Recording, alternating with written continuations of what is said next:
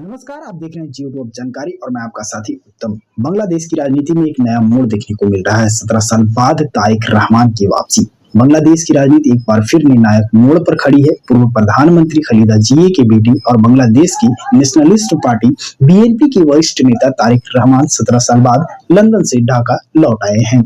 उनकी यह वापसी ऐसे समय में हुई है जब देश में राजनीतिक अस्थिरता गहराती जा रही है और लंबे समय से सत्ता में रही शेख हसीना की पार्टी अवामी लीग चुनावी प्रक्रिया से बाहर नजर आ रही है। आखिरकार क्यों अहम हो जाता है तारिक रहमान की वापसी?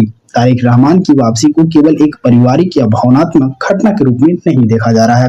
राजनीतिक विशेषज्ञों का मुताबिक यह कदम उस वक्त उठाया गया जब बांग्लादेश में सत्ता के संक्रमण को लेकर के स्पष्टता नहीं है। प्रमुख राजनीतिक दलों के बीच संतुलन बिगड़ा हुआ है और देश के सामने स्थिर नेतृत्व की चुनौती खड़ी है। बीएनपी के लिए तारिक रहमान की मौजूदगी पार्टी को एकजुट करने और चुनावी रणनीति को मजबूत करने की कोशिश के तौर पर देखी जा रही है। ऐसे में ये जानना दिलचस्प हो जाता है कि आखिरकार अवामी लीग की बांग्लादेश में स्थिति क्या होने वाली है। शेख हसीना के सत्ता से हटने और देश छोड़ने के बाद अवामी लीग राजनीतिक सक्रियता से काफी सीमित हो गई है। हालांकि पार्टी जनाधार पूरी तरह से समाप्त नहीं हुआ है, लेकिन मौजूद हालात में उसकी संगठित वापसी आसान नहीं मानी जा रही है।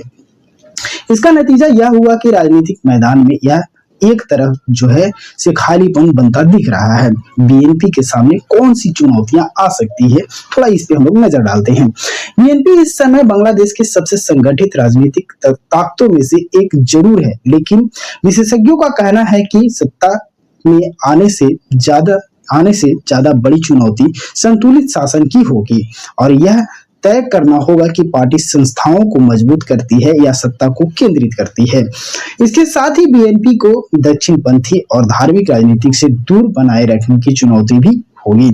इसका क्षेत्रीय असर क्या पड़ सकता है? बांग्लादेश में हो रहे ये राजनीतिक बदलाव पड़ोसी देशों खासकर भारत के लिए भी अहम है। सीमा सुरक्षा, क्षेत्रीय स्थिरता और आर्थिक सहयोग, इन सब पर ढाका की नई राजनीतिक दिशा का असर पड़ सकता है।